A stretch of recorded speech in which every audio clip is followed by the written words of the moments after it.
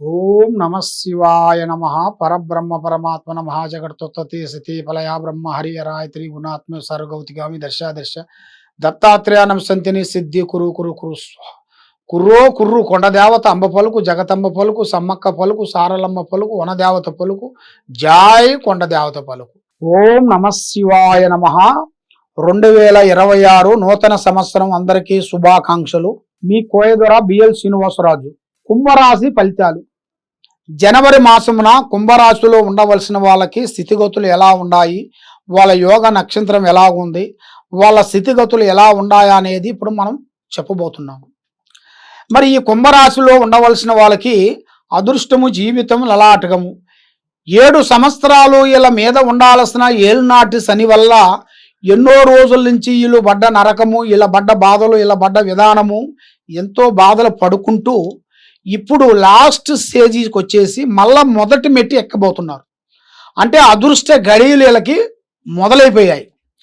కాబట్టి వీళ్ళు కొద్దిగా తెలుసుకోవాల్సిన విషయం ఏమిటంటే, గతంలో ఎలా ఉన్నాను, గతంలో ఎలా కష్టపడ్డాను, ఎలా ఉన్నాను, ఎలా ఉండబోతున్నాను, ఎలా ఉండాలి అనేది వీళ్ళు తెలుసుకోవాలి. వీళ్ళు చాలామంది ఈ కుంభరాశిలో ఉండవలసిన వాళ్ళు ఉంటేనే పండగ చేసుకుంటారు, లేకపోతే ఏమీ ఉండదు. కాబట్టి మనిషికి 365 రోజులు గడియలు, శని గడియలు తిరుగుతుంటాయి. దాంట్లో ఉండాల్సిన ఒక అదృష్ట గడి అనేది ఒక టైం వస్తుంది. ఆ టైమే వచ్చింది ఇప్పుడు. కాబట్టి ఇప్పుడు వీళ్ళు కొంత జాగ్రత్త పడాలి. ఏ కార్యక్రమైనా కానీ, ఏ పనైనా కానీ, బంధుమిత్రుల్లో కానీ, స్నేహితుల్లో కానీ కొద్ది జాగ్రత్త పడాలి. ప్రజలకి సేవ చేసే మనస్తత్వం కలిగిన వాళ్ళు, ప్రజలు బాగుండాలని కోరుకునేవాళ్ళు, రాజకీయంలో కూడా అభివృద్ధిగా చాలా వరకు బాగుంది. మరి వీళ్ళు చేయాల్సిన దాంట్లో కూడా రాజకీయంలో కూడా మార్పులు కొన్ని రాబోతున్నాయి.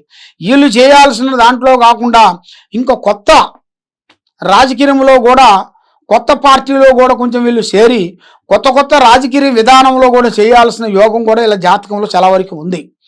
మరి అన్నదమ్ముల నుంచి కానీ, స్నేహితుల నుంచి కానీ, బంధువు మిత్రుల నుంచి కానీ ఎన్నెన్నో సమస్యలతో కొంచెం వేదంతో బాధపడుతూ ఉన్నారు. కాబట్టి అలాంటి బాధపడే వాళ్ళకి సమస్యలు తొలగిపోయే రోజు వచ్చింది. కాబట్టి ముఖ్యంగా వీళ్ళు చేయాల్సిన ఉద్యోగ, వ్యాపార, బిజినెస్, ఉద్యోగాల విశేషాలలో కొద్ది బ్రేక్గా కనబడుతుంది. అది చేతికాడికి వచ్చి చేజారిపోవటం, అనుకున్న పని దగ్గరకు వచ్చింది దూరం కావటం, లక్ష్మి నిలబడుకోకుండా ఉండటం, నమ్మిన వాళ్ళు మోసం చేయటం, ఇలాంటి సమస్యలు ఎక్కువగా కనబడుతుంటాయి. కాబట్టి ఇలా జాతక విధానములు చూసుకుంటే ప్రేమ సమస్య చూస్తే వీళ్ళు ఎవరిని ప్రేమిస్తారో అట్నుంచి ఎక్కువ సమస్యలు ఎదురవుతుంటాయి. మరి స్త్రీ విశేషంలో వీళ్ళు ప్రేమించినప్పుడు 3 సార్లు పార్క్కి వెళ్ళి 3 సార్లు సినిమాలకు వెళ్ళి తిరిగి వచ్చినంత మాత్రంలో ప్రేమ విజయం సాధించినట్టు కాదు. ప్రేమ అంటే ఎదుటి మనసులో ఉండాల్సిన విధానాన్ని తెలుసుకోవటమే ప్రేమ. ఆ ప్రేమను తెలుసుకున్న తర్వాతే ముందు అడుగు వేయాల్సి వస్తుంది. కాబట్టి చాలామంది వాళ్ళ స్వార్థం ప్రకారంగా పెద్దవాళ్ళ మాటలు విని వాళ్ళు ప్రేమించిన ప్రేమను కూడా పక్కకి పెట్టేసి ఆ పెద్దవాళ్ళ విధానంతో వీళ్ళు మిస్అండర్స్టాండింగ్ చేసుకొని దాన్ని వీళ్ళు దూరం చేసుకుంటారు. ఆ దూరం చేసుకున్న దాని వల్ల ఆ ప్రేమను వాళ్ళు పొందలేకపోతుంటారు.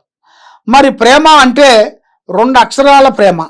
ఆ 2 అక్షరాల ప్రేమ అనేది ఎదుటి మనసులో ఉండాల్సింది, స్త్రీలో ఉండాల్సింది, పురుషుల్లో ఉండాల్సిన ప్రేమ బంధం అనేది ఎలా ఉంటుంది, దానికి ఏం చేయాలనేది జాగ్రత్తగా ఆలోచించి ముందడుగేయాలి.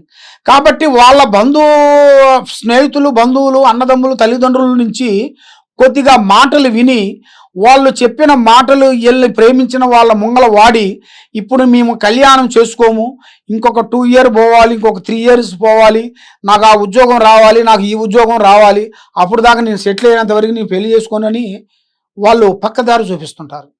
అప్పుడు వీళ్ళు ప్రేమించిన ప్రేమ విఫలం అయిపోయి చాలా వరకు బాధపడుతూ, ఇన్ని రోజులు నేను అర్థం చేసుకున్న ప్రేమ ఇదేనా అన్నట్టుగా చాలామంది సూసైడ్ చేసుకునేవాళ్ళు, బాధపడేవాళ్ళు ఎన్నో రకాలుగా కనబడుతున్నారు, మనం చూస్తూనే ఉంటాం. కాబట్టి ఎవరో ఏదో చేశాడు, ఎవరో ఏదో అన్నాడు అని మీరు తొందరపడుకోకుండా మీ జాగ్రత్తలు మీ కాళ్ళ మీద మీరు నిలబడినట్టుగైతే తప్పకుండా భగవంతుడు దయ వల్ల మీకు మంచి రోజులు, మంచి గడియలు, మంచి అభివృద్ధిగా అవుతాయి. మీకు పోయింది పట్టు ఉండది గట్టి, పోయినోడు చెడ్డవాడు, రావలసిన వాడు మంచివాడు వస్తాడు. కాబట్టి దాని గురించి మీరు ఎక్కువగా ఆలోచించి థింకింగ్ చేసి బ్రెయిన్ ఖరాబ్ చేసుకొని బుర్రని థింకింగ్ చేసుకొని ఎక్కువగా ఆలోచన చేసుకొని షుగర్ బీపీ తెచ్చుకోవడం కన్నా నిదానమే ప్రధానము. ఆ నిదానంతోనే మీరు వెళ్తేనే తప్పకుండా మీకు 100% సక్సెస్ అవుతుంది. కాబట్టి మీరు చేయాల్సిన అమ్మవారి ఆరాధన చేయాలి. శ్రీ దుర్గాదేవి పూజ, అమ్మవారి లలిత సహస్రనామాన్ని మీరు చదవాలి. ఆ అమ్మవారిని మీరు గాయత్రి మంత్రంని మీరు చదవాలి. తప్పకుండా ఆ భగవంతుడు అనుగ్రహం మీకు కలగాలంటే ఈ విధంగా మీరు చేయాలి. కాబట్టి మీరు ఎక్కడెక్కడో పోయి జ్యోతిష్యం చెప్పించుకొని బాధపడుతూ ఉన్నారా?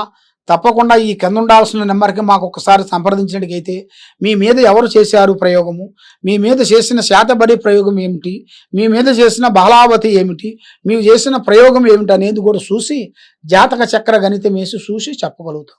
సర్వో జనా సుఖినో భవంతు. ఓం నమః శివాయ నమః.